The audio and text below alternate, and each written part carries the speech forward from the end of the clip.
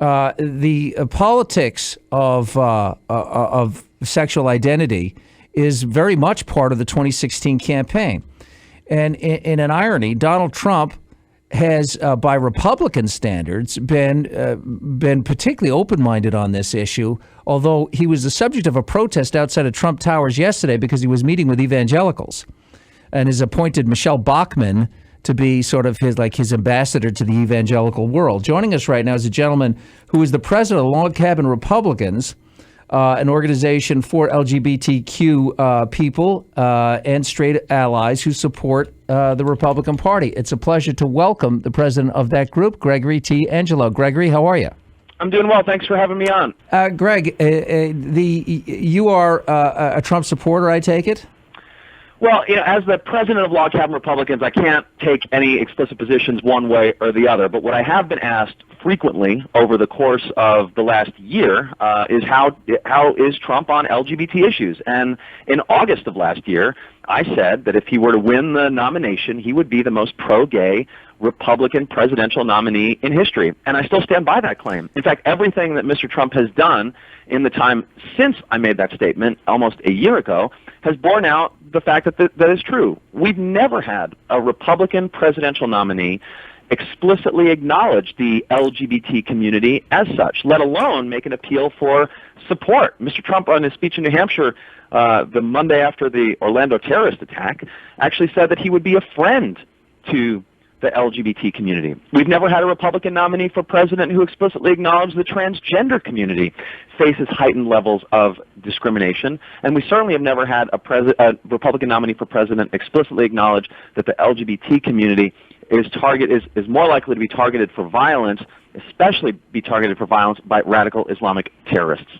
I would agree with you. I'm not a Trump fan, but I do think that on the issue of LGBT rights, this is an issue he doesn't care about. This is not something that keeps him up at night the way it does the Mike Huckabees and, there's a whole branch, the whole sort of real far Christian right gets bent out of shape about this over gay marriage issues and things like that. And Donald Trump clearly doesn't care about this issue. This is not something that is anywhere on his radar in terms of things he doesn't want to see constitutional amendments passed to ban gay marriage, etc. Right. You hit the nail on the head. I mean, let's keep in mind that Donald Trump, prior to his entry into the Republican presidential race, had never been involved in politics as a candidate before and spent his entire career as a New York businessman. And you don't make the deals that Trump made. You don't create a real estate empire in New York and around the world without having some significant interactions with members of the LGBT community, professional or otherwise. Mr. Trump actually went to a same-sex wedding for Jordan Roth, the Broadway theater producer. He and his longtime partner got married. Mr. Trump and Melania Trump attended that wedding.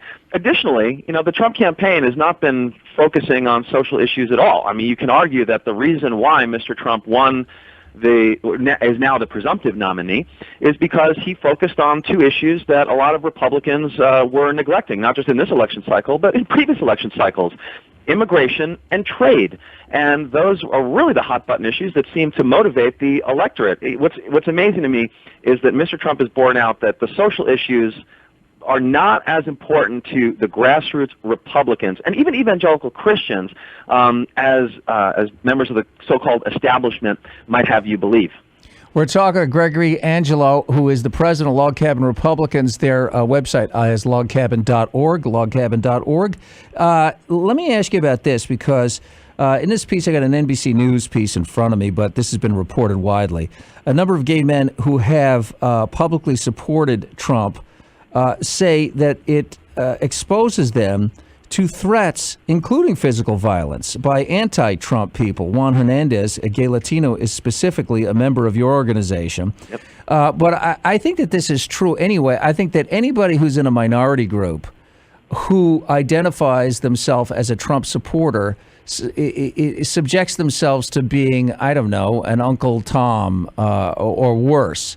And I think that that's probably true. But in this hyper-partisan election cycle, that doesn't really surprise me. I mean, Anybody who endorses anybody at this point, it doesn't matter who you're endorsing, right, runs the risk of bringing the hounds of hell down upon you. Yeah, I mean, the emotions have been so high in this election cycle. You know, a couple of months ago, it was really mind-boggling for me to see the state of politics in this country. You had people on the Republican side who supported Rubio, hated the Ted Cruz supporters. The Ted Cruz supporters hated the Trump supporters. And then don't even get me started on the way the Bernie Sanders supporters felt about the Clinton supporters and the way the Clinton supporters felt about the Bernie Sanders supporters.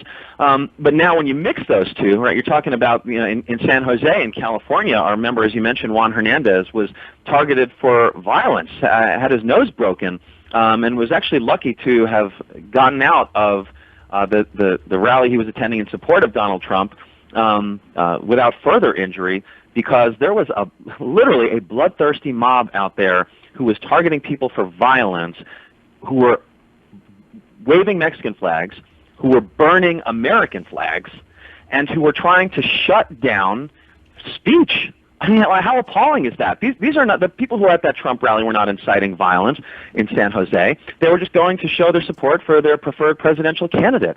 And what did they get for that? They got beaten up by people from, I guess you could argue, the opposing side, like liberals, who didn't think that that the Trump supporters were even worthy of you know, not being attacked or just going back to their cars to leave in peace. They actually were trying to shut down First Amendment rights, and that shows me that we're in a really sad and dangerous place politically in this country if that is where we're headed in terms of the way people view political opponents. Yeah, you know, for a while it used to be, you know, you could punch gloves and go back to your corner, and you know, you could duke it out in terms of your respective policy positions, but at the end of the day, you understand that politics is politics, and violence has no place in that. Yeah, and of course, at the end of it, when the election was over, you'd lick your wounds, and you could grumble and grouse, but essentially whoever won was the president, and you just accepted that. But we've seen now, certainly since 2000, that every president is essentially greeted with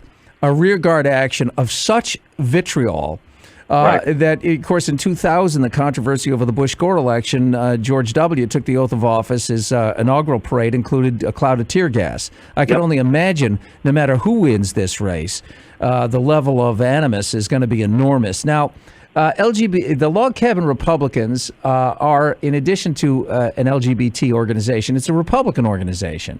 And obviously, Donald Trump is a very controversial, presumptive Republican nominee. And there's still the possibility, you hear rumblings, I think it's highly unlikely, but there's still a possibility that at the convention in Cleveland, you could see a rearguard action, an insurgency movement to dump Trump at the convention. If that starts to manifest itself, where do you see the Log Cabin Republicans coming down on this? Well, I mean, this is actually the part where I get to say, you know, I'm glad we have not issued any sort of formal proclamation either way in terms of whether we're going to endorse Mr. Trump or whether. By the way, could I jump in real quick? Yeah. Is this unusual to not have endorsed the nominee at this point, the presumptive nominee? No, we usually wait until the fall, and I would like to meet the candidate himself to talk about some reservations and concerns that we have, as well as the things that we see eye to eye with. We didn't endorse Mitt Romney until October of 2012 in the last election cycle. So this isn't out of the ordinary. But, you know, to answer your question, let's maybe take Log Cabin out of it. I agree with you. I don't see. I'm hearing the same rumblings that there could be some sort of parliamentary or rules change chicanery happening at the convention that would prevent Mr. Trump from getting the nomination. And the various arguments you hear about this, right? Like, you know, the man never beat 50% of the votes in the states that he won until all the other candidates had been out of the race, and there were many candidates who were pledged delegates to people like Cruz, especially Rubio and others. But at the end of the day, this is a man who got more primary votes than any Republican candidate in history, even though he was in such a crowded field, even though he was being outmaneuvered in the delegate race, especially by Ted Cruz. And we're talking about violence here. I think that there would the likelihood of some sort of an insurgency by the voters if the so-called establishment actually took the nomination away from Trump would be very likely. The idea that Mr. Trump was saying throughout this entire process that it was rigged, it was fixed, the establishment was out to get him, well, that would play into taking the nomination away from Mr. Trump at the convention would play into every one of those narratives, and it would be a perfect way, I think, to dispirit the Republican Party, especially those voters, many of them first-time voters who came out specifically to vote for Mr. Trump in this Republican primary.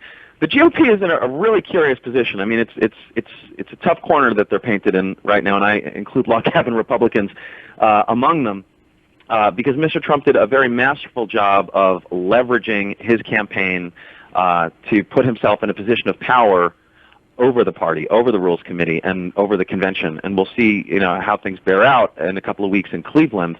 But I think it's highly unlikely that he would have this nomination taken away from him. Yeah. The only way he could get rid of it is if he gives it up himself. Yeah. Do you think that's a possibility?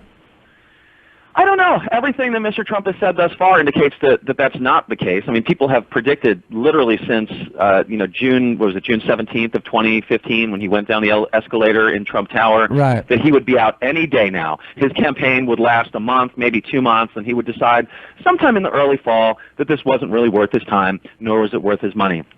And ever since, month after month after month after month, the pundits had been predicting that Mr. Trump was going to be exiting the race, quote, any day now, and that hasn't happened. And Trump is now on record as saying, unless he wins the presidency of the United States, this would all have been a waste of time. And I don't see him just shrugging his shoulders, picking up his ball, and going home after making such an explicit declaration like that. Well, it's going to be fascinating to see how this goes forward. We're going to get into the financial angle on this, the fact that, as you all know by now, Hillary's got $42 million in her war chest and Trump has $1.3 million. And I remember when Ross Perot got into the race back in 1996, he ponied up, actually 92, he ponied up $60 million of his own money, $60 million of his own money into the campaign, which he got back in 118 days on his fortune with interest. He got the $60 million back in 118 days without lifting a finger.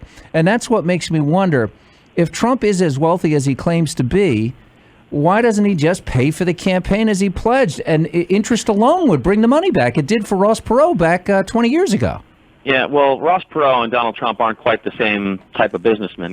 This is the question a lot of people are asking.